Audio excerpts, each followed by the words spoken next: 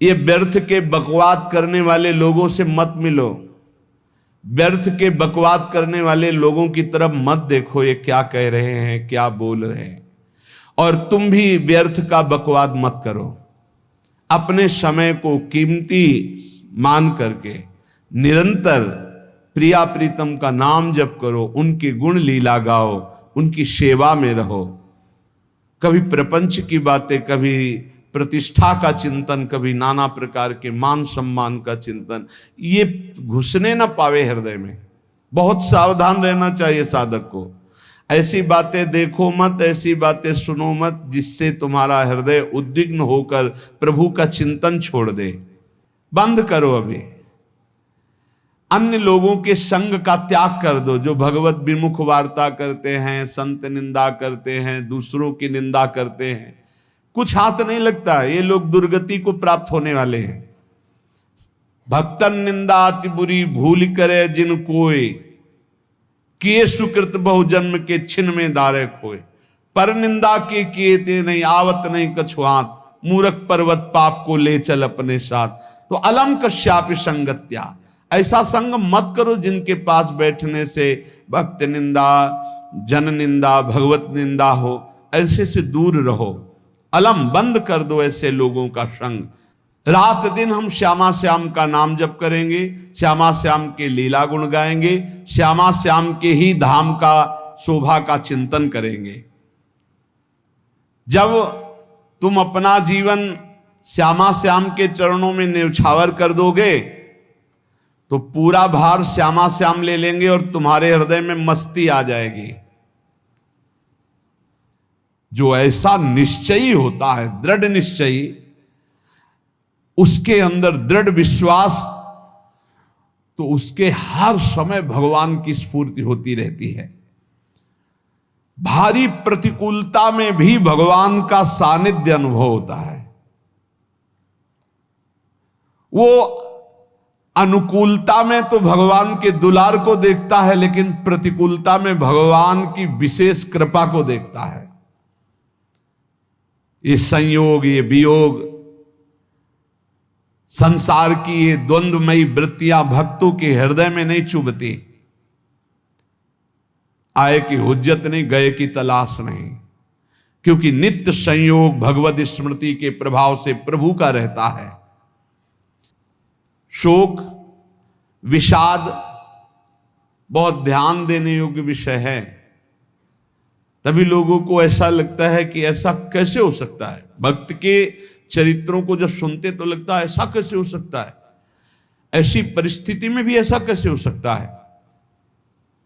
क्योंकि तुम मानसिक बुद्धि से युक्त हो और वो भागवतिक स्थिति से युक्त है, इसलिए तुम उसको पार पा ही नहीं सकते।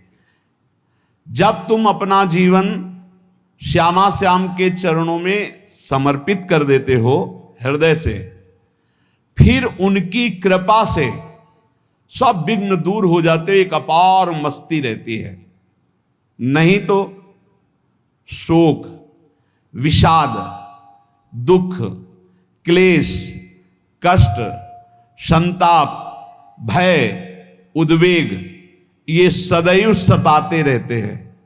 इसी से डिप्रेशन होता है। बार बार नकारात्मक चिंतन, शोक, विषाद, दुख, चिंता, क्लेश, संताप, भय, उद्वेग, यही पूरे मानसिक स्तर को नष्ट कर देते हैं। उत्साहहीन जीवन हो जाता है। जब तुम श्यामा श्याम को समर्पित हो जाते हो तो ये सब प्रवेश भी नहीं करते, एक अपार मस्ती बनी रहती है। अब क्या होगा? श्यामा श्याम जो करेंगे वही होगा। श्यामा श्याम पता नहीं कैसा करें, नहीं, वो सदैव मंगल भवन है, वो जो करते महामंगल होता है। यह निश्चय उपासक के हृदय में आ जाना चाहिए। इसलिए अपना सारा मन, सारी बुद्धि, सारा जीवन, प्रत्येक श्वास प्रभु को अर्पण कर दो, फिर देखो तुम निहाल हो जाओगे। दुख, शोक, विषाद, क्लेश, कष्ट, संताप, भय, उद्वेग, ये उसी को व्यापते हैं जिसने अपने जीवन को प्रभु के चरणों में अर्पित नहीं किया। इसलिए तुम अपना सारा मन, सारी बुद्धि, सारा जीवन, प्रत्येक श्वास केवल प्रभु को अर्पित कर दो, फिर देख लेना। श्वास कैसे अर्पित की जाती? राधा राधा राधा। बुद्धि कैसे अर्पित की जाती? एकमात्र निश्चय कि भगवत सुख ही सुख है, ये जागतिक सुख सुख नहीं, ये दुख है, ये ऐसा दलदल है जिससे आज तक कोई नहीं निकल पाया। सारा मन, हम मन से केवल प्रभु का मनन करें, बार बार मन को संसार से हटा के नाम में, रूप में, लीला में, धाम में लगाएं। बहुत प्रसन्नता हो जाती है उस उपासक के हृदय में जो अपना मन बुद्धि प्रभु के चरणों में अर्पित कर देता। भगवान ने तो इसको बहुत उत्तम स्थिति बताया है कि मेरे से कभी वो अलग हो ही नहीं सकता यदि मन बुद्धि अर्पित कर दिया। मय्येव मन आधत्स्व मयि बुद्धिम निवेशय, तो निवश्य मय्येव अत ऊर्ध्वं न संशया। बिल्कुल संशय नहीं, वो मेरे में ही निवास करेगा जिसने मन और बुद्धि अपनी मेरे में अर्पित कर दी। बहुत प्रसन्नता रहेगी उस उपासक के जीवन में जो अपने आप को मन बुद्धि सहित प्रभु के चरणों में समर्पित कर दिया है। भगवान का आश्रय लेने वाले की पहचान है हर परिस्थिति में प्रसन्न रहना। देखो आप भगवद आश्रित हो कि नहीं, देखो अनुकूल परिस्थिति में तो सब प्रसन्न रहना, लेकिन प्रतिकूल परिस्थिति में प्रसन्न रहना ये भगवान के भक्तों का लक्षण है। हर परिस्थिति में प्रसन्न रहना ये भगवान के भक्तों का लक्षण है। आनंदगन भगवान का आश्रय मिलते ही आनंद छा जाता है हृदय में। उनके पास आनंद का अभाव होता ही नहीं है।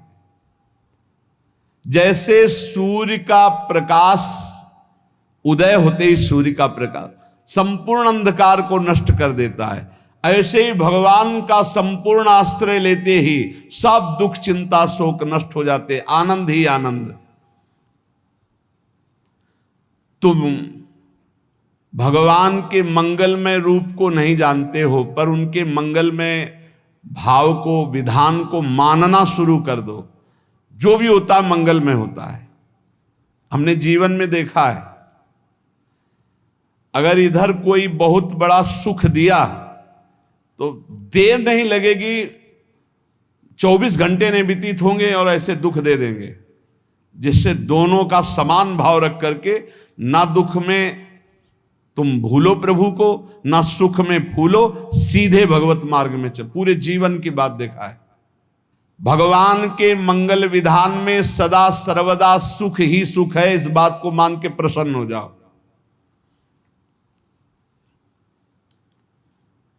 जब भगवान का भजन करने वाले की तन्मयता बढ़ती है भजन में, तो द्वेषी जन अपने आप तैयार हो जाते हैं। भक्त कभी किसी से द्वेष नहीं करता, अपने आप वो द्रोह करने लगते। तो नरसिंह मेहता जी से बहुत गांव के कई लोग थे जो जलते थे, ऐसे जलते थे कि अब क्या करें, कैसे मिटा दे नरसिंह मेहता जी को। अब उपाय तो मिल नहीं रहा था। तो एक दिन संतों की मंडली आई और उन्होंने कहा कि हम रास्ते में कोई चोर आदि धन ना ले ले, इसलिए यहां से किसी की हुंडी चलती है क्या द्वारिका में? पहले ऐसा था। बोले हाँ, हमारे यहां बहुत बड़े सेठ हैं नरसिंह मेहता जी, पर आप कहोगे वो मना कर देंगे। कई बार कहोगे, अगर वो स्वीकार कर ले तो वहां। और उनका लक्ष्य था कि नरसिंह मेहता जी की तो खाने की भी सुविधा नहीं थी, हुंडी कहाँ की बात आई। उनका था कि जब वो ना कहेंगे तो संतजन नाराज हो जाएंगे, अगर हाँ कह दिया तो वहां हुंडी चुकेगी नहीं, तो संतजन अपने आप इनको शाप दे देंगे, अपराध बन जाएगा, ये नष्ट हो जाएंगे। संतों को भेजा नरसिंह मेहता जी ने, सबकी दंडवत की, चरण पखाड़े। तो उनका ये इतना रुपया है, द्वारिका में साधु सेवा हम करेंगे, वहां तुम्हारी हुंडी चलती है, तो आप अरे उनका आप कहाँ भूल रहे हो, यहाँ खाने की भी व्यवस्था। बोले हमें सब पहले से बता दिया गया कि आप मना करोगे, बार बार मना मत करो, हमें पता है। तो उन्होंने ठाकुर जी की तरफ देखा, बोले क्या लीला है प्रभु, संतों से हम क्या कहें, ये ले रुपये। उस समय स्वर्ण की मोहरें चलती थी, बेच के बाजार से खूब उन संतों को पवाया, उन्हीं संतों की सेवा की। और उनका अपने सेठ का नाम तो बताओ जहां हमें जाके हुंडी मिलेगी। सेठ, सावल शाह सेठ। संत जन गए वहां, पूछा कि नरसिंह मेहता जी का जिन सेठ से परिचय, उनका नाम सावल शाह सेठ, उनकी गद्दी कहाँ है? तो जो कुछ भक्त थे वो द्वारिकाधीश की तरफ संकेत करते कि वही हैं। बोले नहीं नहीं, वो सेठ है, उनकी गद्दी चलती थी। पूरी बाजार में कहीं कोई। अब संत जन एकांत में होकर के बहुत विचलित हुए, क्या हमारे साथ धोखा हुआ? नरसिंह मेहता जैसा संत क्या धोखेबाज हो सकता है? देखो, संशय तो बहुत विचित्र होता है। बड़े बड़ों को संशय हो जाता है। जब भगवती सती जी को संशय हो गया, राम जी को, हे खग हे मृग हे मधुकर श्रेणी, ऐसा पूछते हुए कि सच्चिदानंद कैसे हो सकते, तो किसी को हो सकता है, क्योंकि वो बुद्धि की अधिष्ठात्री देवी है। जो ही उनके मन में ऐसा आया कि क्या हमारे साथ धोखा हो रहा है, इतने में ही देखा, जय हो सावल शाह सेठ की। वो कहा सावल शाह सेठ? तो देखा बढ़िया मुनीम जी उनके साथ, और सेठ बस्ता लिए हुए मुनीम जी, सरकार इधर से चलो। तो उनका सावल शाह सेठ आपका नाम है? संतों ने कहा। बोले हाँ। बोले नरसिंह जी? हाँ। बोले आपकी हुंडी आ गई है। हुंडी एक कागज में लिखा कि ये हमारे सेठ जी को दे देना। वैसे लोग मुझे माखन चोर कहते, कोई कुछ कहता, लेकिन आपने सेठ बना दिया। जब आपने सेठ बना ही दिया तो आप कभी परवाह मत करना तुम। और ये सेवक आपकी सेवा में सदैव तत्पर है। भगवान ने ऐसा लिखा। जो भगवद आश्रित है, एक बार ये चलता रहता है, जो संत जन होते हैं उनके विरोधी अपने आप बन जाते हैं, किसी से कोई मतलब नहीं, अपने आप विरोधी बन जाते हैं। कबीरदास जी का पूरी काशी में यश था।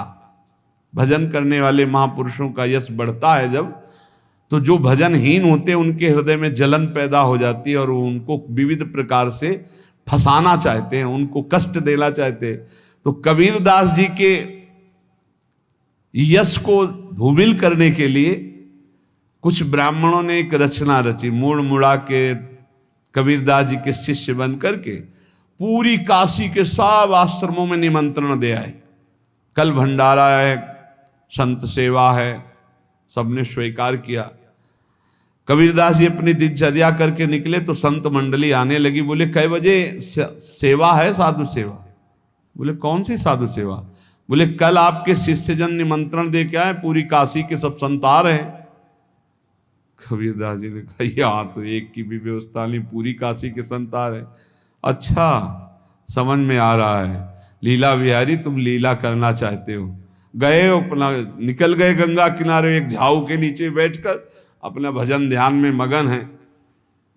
11-12 बजे तो उन्होंने देखा संतों की मंडली, अब काशी तो बहुत। कबीरदास जी ने देखा कि आश्रम की, तो बोले पता नहीं क्या होगा, चलो चलते हैं। तो ऐसे गमछा वस्त्र करके ऐसे डालकर मुंह ढक करके, वहां बड़ी बड़ी पंगत लगी थी। कबीरदास जी सबको पाओ जी पाओ। कबीरदास जी के रूप में स्वयं भगवान पाओ जी पाओ। कबीरदास जी ने कहा अच्छा, जब स्वामी परस रहे तो हम भी बैठ के पा ले। तो जब उसी पंगत में बैठ गए अपना कपड़ा ढक करके, और जब मोहरे की दक्षिणा दे रहे थे सब लोग कि वाह कबीरदास जी ने आज तो साधु से। सबको जब कबीरदास जी के सामने आए तो ऐसे मुंह ढके, बोले देखो जो मेरा होता है उसे मुंह छुपाना नहीं पड़ता, मुंह ढकला नहीं पड़ता। लो दक्षिणा, तुम भी दक्षिणा ले। कबीरदास जी को कबीरदास जी दक्षिणा दे रहे, और वो कबीरदास जी है भगवान, और ये पाले वाले कबीरदास जी है भगवान के जन। कभी भगवान अपने, अरे जमाने जोर लगा ले, कितना जोर लगाएगा, भक्त और भगवान का झंडा कभी न झुकने पाएगा। बिल्कुल चिंता शोक भय उद्वेग रहित जीवन भगवद आश्रित। तुम भगवान के मंगल विधान में सदा सर्वदा प्रसन्न रहो। अब ये विचार कर लो कि भगवान जो करेंगे तुम्हारा मंगल करेंगे। अब थोड़ा ऐसा बीच में लगता है कि अमंगल हो रहा है क्या, लेकिन पक्का समझो बहुत बड़ा मंगल उनका विधान होता है। बहुत ही उत्तम मंगल होता है भगवान के शरणागत का। भगवान हमारे विचारों वाले नहीं हैं, हमारे विचार प्राकृतिक है, भगवान के विचार चिदानंदमय हैं। वो अपने विचार से हमारा मंगल करते हो, हम अपने विचार से मंगल चाहते हैं।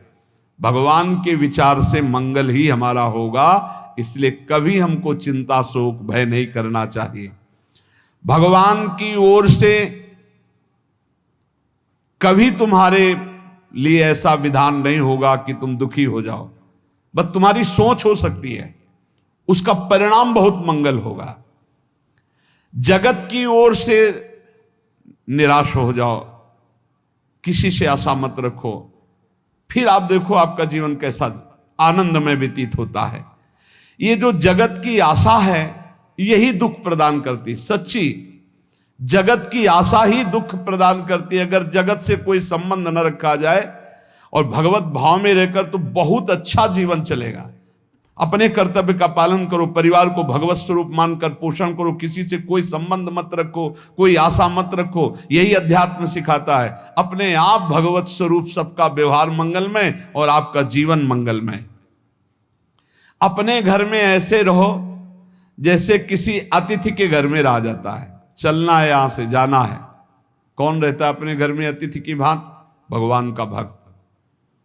जाना है यहां से, अपनी प्रिया प्रीतम के पास जाना। ये हमारा घर नहीं है, यहां तो हम समय व्यतीत कर रहे हैं, अपनी आयु व्यतीत कर रहे हैं भगवत आराधना करते हुए। हमें जाना है प्रिया प्रीतम के पास। वास्तविक घर भगवान का धाम है हमारा, वास्तविक घर वाले प्रभु हैं हमारे, जो नित्य सच्चिदानंद भगवान के चरणों में अपने चित्त को समर्पित करता रहता है। उसको यह अनुभव होने लगता है कि बड़ी कृपा है हमारे ऊपर, भगवान की बड़ी कृपा है हमारे ऊपर। सर्वसमर्थ परम सुहृद भगवान ऐसे भक्त के ऊपर हर समय वरद हस्त रखे रहते हैं। ये केवल प्रवचन नहीं, सच्ची बात मानिए। ऐसे भगवान का वरद हस्त हर समय रहता है। जब भगवान की छत्र छाया में भक्त अपने को देखता है तो आसपास घोर विपत्तियों का भी समुदाय हो तो भी वो आनंद में मगन रहता है। हर हालत में आनंदित रहना ये भक्त का स्वभाव है। भगवान ऐसे भक्तों को प्यार करते हैं जैसे कछुआ अपने अंडे को बाहर रख आवे और रात दिन उसका चिंतन करे। जब भक्त भगवान को समर्पित होता है तो भगवान रात दिन उसकी ऐसे चिंतन सुरक्षा करते हैं। अभय, ये दैवी संपदा का पहला गुण है। ये भगवान के शरणागत पर जागृत हो जाता है, वो भयभीत नहीं होता, किसी भी उससे भयभीत नहीं होता। यही डरप हरिवंश हित, जिनो भ्रमय गुण सलिल पर। इस डर से डरते रहना चाहिए कहीं गुण रूपी पानी में फिसल न जाए, नहीं तो गलती हो सकती है। साधक सावधान रहे। ये अभय दैवी संपदा का सबसे बड़ा गुण है। जो भयहारी भगवान की शरण में आ जाता है तो उसके अंदर ये अभय प्रकट हो जाता है। अगर कहीं तुम्हें एकांत में भय लग रहा है, एक आदमी तो एकांतिक में आए थे, वो कह रहे थे कि हमें हर समय भय लगा रहता कि कोई हमारे पीछे है, अंधेरा तो लगता कोई खड़ा है, मैं जीना मुश्किल हो गया, ऐसा भय। देखो ये मन कैसा है, भगवान से विमुख होने पर कैसे डरवाता है। वो कह रहे हैं हर समय मुझे डर लगा रहता है, कोई सामने खड़ा है, कोई पीछे खड़ा है, ऐसा भय लगने लगता है। और जब भगवान की शरण में आ जाते हैं तो ये अभय स्थिति हृदय में जागृत हो जाती है। कोई भी भय आसपास आ ही नहीं सकता, यहां तक कि नरक का भी भय खत्म हो जाता है जो भगवान की शरण में है। महापापी भी पुण्यात्मा महान भक्तों के समान वो उत्तम गति को प्राप्त हो जाता है जो भगवान की शरण में हो जाता है। पर ये जो भोगों का आश्रय लिए हुए हैं, मनमानी आचरण कर रहे हैं, ये कभी उस अभय को जान ही नहीं सकते कोई अभय पद है क्या। इनको तो कदम कदम पर शोक, भय, और दुख की प्राप्ति होगी। कोई बचा नहीं सकता जो भोगों में लगे हैं, मनमानी आचरण कर रहे हैं। अगर निर्भय होना चाहते हो, परम सुखी होना चाहते हो, तो भगवान के शरणागत हो जाओ। सारे जगत को अभय दान देने वाले भगवान हैं। भगवान का एक प्रण है, मम पन शरणागत भयहारी। जो मेरी शरण में आ गया उसके भय का मैं नाश कर देता हूं। साधना में अवस्था मन की मानी जाती है कि आप कितने अच्छे साधक हैं। यदि आपका मन भगवदाकार है, हर समय भगवत चिंतन चल रहा है, आपके स्वप्न भागवती का रहे हैं, आपके विचार भागवतिक हैं, तो आपकी अच्छी साधना हो रही है। और यदि आपके स्वप्न गंदे आ रहे हैं, क्योंकि स्वप्न में मन का ही सारा खेल होता है, और आपकी चिंतन वृत्ति वासनात्मक चल रही, तो अभी साधना का प्रभाव मन पे नहीं पड़ा है। जिसका मन हर समय भगवत चिंतन करता रहता है, वो जीते जी जीवन मुक्त हो जाता, अनुभव होता है। जैसे किसी ने कहा कि हमें कैसे पता चलेगा कि हमारा काम हो गया है, तो जैसे आप भोजन पा लेते हैं तो किसी दूसरे से गारंटी थोड़ी लेनी होती कि हम छक गए हैं क्या, आप जरा बताना हम छक गए हैं क्या। नहीं, अपने हृदय में आ जाता है कि अब मैं तृप्त हो गया। ऐसे ही अपने हृदय में आ जाता है कि मेरा काम हो गया, अब मेरा जन्म नहीं होगा। ये हृदय में आ जाता है, अपने आप अनुभव में आ जाता है। जब स्वरूप बोध होता है तो किसी और से सलाह थोड़ी लेनी होती है, वो अपने आप अनुभव में आ जाता है। हाँ, यदि गुरुदेव का वर्ण नहीं किया है तो फिर आपको किसी न किसी गुरु से प्रमाणित करवाना पड़ेगा। और अगर गुरुदेव का वर्ण किया है तो वही मंत्र, वही नाम, वही गुरु शरणागति आपको अंदर से पुष्ट कर देगी कि आपका काम हो गया है। विषय चिंतन करता हुआ मन विषय आसक्ति को प्राप्त होता है। विषय आसक्ति को प्राप्त हुआ मन बार बार जन्म, मरण और नरक को प्राप्त होता है। बस ये विषय चिंतन हटाना ही प्रमुख कर्तव्य साधना का है।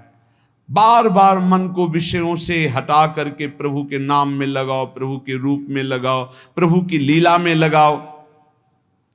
जहां भगवान प्रकट होते हैं वहां परमानंद की बाढ़ आती है। पर ये ध्यान रखें, गुलाब का फूल कांटों में खिलता है, उसकी सुगंध लेनी, फूल लेना है तो कांटों से बचाकर। ऐसे ही जब आप भगवत चिंतन के लिए चलेंगे तो आपका चिंतन चुराने के लिए माया विविध नाटक करेगी, कांटे फैलाएगी। कोई तुम्हारी निंदा करेगा, कोई अपमान करेगा, कोई उपहास करेगा, तुम्हारी अव्यवस्था हो सकती है, तुम्हारी परिस्थिति बहुत भयावह हो सकती है। इन परिस्थितियों में भी भगवत चिंतन का तार ना टूटने पावे तो आगे गुलाब का फूल है। जैसे कांटे से बचाकर गुलाब का फूल लेते हैं और भगवद अर्पित करके सौरभ का सुख लेते हैं, ऐसे ही भगवान के प्रेमानंद का अनुभव करने के लिए संसार के कांटों से बचना होगा। और खिलेगा यही फूल संसार में ही, मनुष्य देह में, और योनियों में नहीं। भगवत प्राप्ति स्वर्ग में नहीं होगी, इसी मृत्यु लोक में होगी। पहले मन नहीं लगता भगवत चिंतन में, भगवत चिंतन जबरदस्ती करना पड़ता है। भगवत चिंतन जे ही प्रारंभ करोगे ते ही बहुत बाढ़ आ जाएगी पाप चिंतन की। ध्यान दीजिए, बहुत लोग प्रश्न करते रहते हैं कि हम जब भजन में बैठते हैं तो बहुत गंदी बातें आती, मन बड़ा चंचल होता है, भाग जाता है। ऐसा प्रारंभ में जब कोई भगवत चिंतन प्रारंभ करता है तो उसका मन विषयों में भागता है, गंदी बातों में भागता है। अब लोग कहते पहले तो हमारा चिंतन बढ़िया होता था, अब चिंतन नहीं होता। तो कोई सिद्ध पुरुष थोड़ी हो गए, तुम्हें जबरदस्ती चिंतन करना होगा। जगत के प्राणी में जहां मन जाए तो इसमें भी भगवान, पदार्थ में मन जाए तो उसमें भी भगवान, जहां जहां मन जाए वहां वहां भगवान देखो, या मन को हटाकर नाम मंत्र में लगाओ। ऐसे भगवत स्मृति जागृत की जाती है, बार बार प्रयास करना होता है। कई लोग ये प्रश्न करते हैं कि हमसे बड़े पाप हो गए तो क्या हमें भगवान की प्राप्ति हो जाएगी? तो यहां कह रहे हैं भगवान किसी के पूर्व जीवन को नहीं देखते हैं, वर्तमान के भजन को देखते हैं। पकड़ो इस बात को। अगर वर्तमान में आज आप सुधर गए हो, नाम जप कर रहे हो, तो आप भक्त हो। ये गीता जी में भगवान ने कहा, अपिचेत सुदुराचारो भजते माम अनन्य भाग साधुरेव समंतव्या सम्यक व्यवसिता। ऐसा बहुत दुराचारी पहले रहा है, बाद में उसके मन में आ गया कि भगवान के सिवा हमारा कोई कल्याण करने वाला नहीं, हमारा कोई नहीं। तो भगवान कहते हैं मैं उसे साधु ही मानता हूं, उसे साधु बना देता हूं। भगवान किसी के पूर्व जीवन को नहीं देखते। बहुत बढ़िया बात है। कल तक हम क्या करते रहे भगवान नहीं देखते, आज क्या कर रहे हो ये देखते हैं। यदि आज आप भजन में लग गए हो, अच्छे आचरण कर रहे हो, तो आपको भगवत प्राप्ति हो जाएगी। भगवान ये नहीं देखते कि पूर्व में पुण्यात्मा रहा है कि पापात्मा रहा है। भगवान वर्तमान में देखते कि मेरा भजन कर रहा है, बस इसी से कल्याण कर देते हैं। पकड़ो इस बात को, तो कभी प्रश्न नहीं उठेगा कि क्या हमको भी भगवत प्राप्ति हो सकती है क्या। हमारा मन यदि श्री भगवान को चाहने लगे तो श्री भगवान हमारे मन में ही आकर बस जाएंगे। भगवान की रूप माधुरी में मन डूबने लगेगा। यथार्थ सत्य, जो भगवान से थोड़ा भी प्यार करने लगे हैं, उनके हृदय में भगवान की उनकी भावना के अनुसार झलक आने लगी है। हृदय में प्रभु के आते ही अनंत जन्मों के संस्कारों का नाश हो जाता है। इसलिए तुम अपने पहले वाले घृणित जीवन को याद भी मत करो और उसको सोचकर जरा निराश भी मत हो। अमावस्या में घोर अंधकार रहता है, पर प्रातः काल में अंधकार नष्ट हो जाता है। ऐसे ही नाम का उच्चारण करते ही तुम्हारे जितने पाप अंधकार हो सब नष्ट हो जाएंगे। तुम चाहो कि एक क्षण भी प्रभु को ना भूलो। अब वर्तमान में ऐसी स्थिति बनाओ। जो प्रभु को नहीं भूलने की चाह करता है कि मुझे ऐसी स्थिति प्राप्त हो कि मैं कभी प्रभु को ना भूलूं, तो सच्ची मानो और कोई बात भगवान सुने ना सुने, ये बात जल्दी सुन लेते हैं। भजन की मांग करो तो बहुत जल्दी भगवान पूर्ण करते हो। भजन जिसका चलने लगा तो फिर लोक लोकांतर के सारी रिद्धियां सिद्धियां सुख वैभव तो उसके चरणों में लौटते हैं। जब हम प्रभु से प्रभु का स्मरण न मांगकर भोग मांगते हैं, तभी हमारा भजन रुक जाता है, भजन नहीं चल पाता। यदि हम प्रभु से केवल भजन मांगे तो विश्वास करो ब्याज में सब हो जाएगा। मूल भजन तो आपका बचेगा ही, ब्याज में लोक लोकांतर के भोग आपके चरणों में लुटते घूमेंगे। आप भजन करके तो देखो। अरे घिघियाने की जरूरत नहीं, किसी से मांगने की जरूरत नहीं, भजन करके देखो, सब ठीक हो जाएगा, सब अपने आप बन जाएगा। हम बहुत बड़ी भूल कर देते हैं कि थोड़ा भजन करके प्रभु से कुछ सांसारिक वस्तुएं, स्थितियां, परिस्थितियां बदलने की मांग कर लेते हैं, जिससे भजन छूट जाता है। प्रभु की स्मृति इतनी महान है कि जिन्होंने बैर भाव से प्रभु का स्मरण किया उनको भगवान की प्राप्ति हो गई। जैसे कंस आदि भगवान से बैर ही तो रखते थे, लेकिन भगवान की स्मृति रहती थी। स्मृति ने उनको भगवत प्राप्ति करा दी। स्मृति में महान सुख है, पर वो जब भक्ति रस से युक्त स्मृति होती तब माधुर्य रस, प्रेम रस का अनुभव होता है। कल्याण तो वैर भाव से स्मरण करने वालों को भी प्राप्त हो गया। यदि आप भक्त हो और ये चाहते हो कि आपकी भागवती की स्थिति बहुत जोर की हो, तो हम आपसे प्रार्थना करते हैं कि रोज प्रभु से एक ही बात मांगिए, मुझे अखंड स्मृति दीजिए। अर्जुन जी को पूरी गीता जी सुनने के बाद यही मिला, नष्टो मोहा स्मृति लब्ध्वा। स्मृति,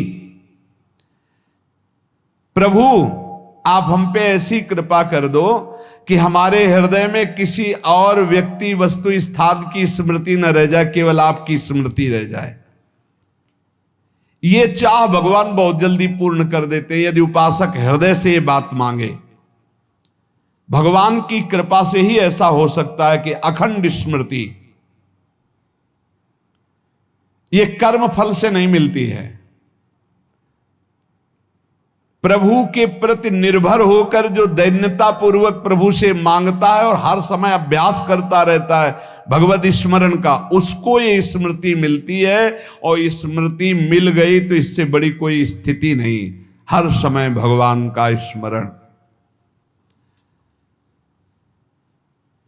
प्रभु से मन प्रतिपल नया नया स्वाद लेकर के आसक्त होता रहता है, नवम नवम। प्रभु कभी बासी नहीं होते। जैसे किसी व्यक्ति को देखो तो देखते देखते मन हट जाएगा कि देख लिया, बहुत सुंदर है, ठीक है, लेकिन वो एक दिन मन हट जाएगा। और प्रभु की सुंदरता नवम नवम है, प्रभु के नाम का स्वाद नवम नवम है, प्रभु की लीला का स्वाद नवम नवम है, प्रभु के धाम की शोभा नवम नवम है। जैसे आचार्य महाप्रभु हरिवंश चंद्र जी कहते, नयो नेह नवरंग नयो रस नवल श्याम वृषभानु किशोरी, नव पीतांबर नवल चूनरी, नई नई बूंदन भींजत गोरी, नव वृंदावन हरित मनोहर, नव चातक बोलत मोर मोरी, नव मुरली जो मल्हार नई गति, सब कुछ नया। तो नवम नवम प्रभु प्रतिपल नवम नवम प्रभु का रूप, प्रियाजू का नवम नवम, अबहीं और अबहीं और अबहीं और है। तो कहते हैं जब मन निरंतर स्मृति में डूबता है तो जब प्रभु की रूप माधुरी प्रकाशित होती तो ऐसी नवम नवम कि कभी ये नहीं होता कि रूप बासी हो गया। ये वही रूप है जो हमने अभी देखा था, नवम नवम। इसलिए आनंद की उफान आती रहती है उपासक के हृदय में। ऐसी प्रियता, ऐसा आनंद बिना भजन के नहीं अनुभव में आएगा। इसलिए तुम विश्वास करो, तुम्हें बहुत सुंदर सुख मिलने वाला है, आगे अपार सुख मिलने वाला है। ये थोड़ा दुख का समय काट लो, जब तक जीवन है ये दुख सुख की लहर आती रहेगी, आप इसको सह जाओ, आगे बहुत आनंद है, विश्वास मान लीजिए, बहुत आनंद है। जो ये विश्वास कर लेता है वो प्रभु के मार्ग में चलकर प्रभु को प्राप्त कर लेता है। नहीं तो इतने रोड़े हैं कि आप ऊब जाओगे, बहुत रोड़े हैं। जो प्रभु के मार्ग में चलता है तो माया के बहुत से पार्षद अपना प्रभुत्व दिखाने उनके पास आते हैं, महिमा अपनी दिखाने, पर वो किसी वस्तु स्थिति अवस्था प्राणी पदार्थ का प्रभाव स्वीकार ही नहीं करता, क्योंकि भगवत स्मृति परायण है, भगवान की कृपा पर विश्वास है, इसलिए उसको कोई फंसा नहीं पाता। वो नित्य निरंतर प्रभु से घुला मिला रहने के कारण उसकी मस्ती में कोई फर्क नहीं पड़ता। माया का प्रभुत्व रखने वाले उसे फंसाने की चेष्टा करते हैं, पर उस पर किसी का असर नहीं होता। वो कहीं लिप्त नहीं होता, वो कहीं दुखी सुखी नहीं होता, वो हर समय प्रसन्न रहता है। तुम देखो, हर समय प्रसन्न रहते हो? यदि नहीं तो तुम किसी व्यक्ति वस्तु का आश्रय लिए हुए, प्रभु का नहीं। अगर हां तो हर समय प्रभु का स्मरण चलना चाहिए, हर समय प्रभु के आश्रित हो, फिर देखना ये आनंद, ये प्रसन्नता क्या रूप रखती है। बड़े बड़े मस्त संतों को देखा, मस्त ऐसे उन्माद में मस्त है, उस सुख के लिए ललचाओ। कब तक जन्मते मरते रहोगे, कब तक बार बार दुख भोगते रहोगे, कब बड़ा प्रपंच है ये। भगवान का स्मरण परम पुण्यात्मा पुरुष का हृदय माना जाता है, बहुत पवित्र हृदय, बड़ा पुण्यात्मा हृदय जिसमें भगवान का स्मरण। भगवान का विस्मरण पापात्मा पुरुष, भयानक विपत्ति दुर्भाग्य आते हो। सुदृढ़ निश्चय करो, अब हम भगवान के स्मरण में अपना समय व्यतीत करेंगे। मेहनत करो, कार्य करने के लिए कोई मना नहीं, आप नौकरी करो, किसानी करो, व्यापार करो, पर अंदर अंदर भगवत स्मृति, भगवत स्मृति ही सबसे बड़ी स्थिति है। अब चाहे हम जीवित रहें, चाहे हमारे मरण जैसी विपत्ति आ जाए, चाहे सब हमसे हट जाए, चाहे सब हमको नमन करें, अब हम दृढ़ निश्चय करके केवल भगवान के स्मरण करते हुए इस संसार के बीच समय व्यतीत करेंगे।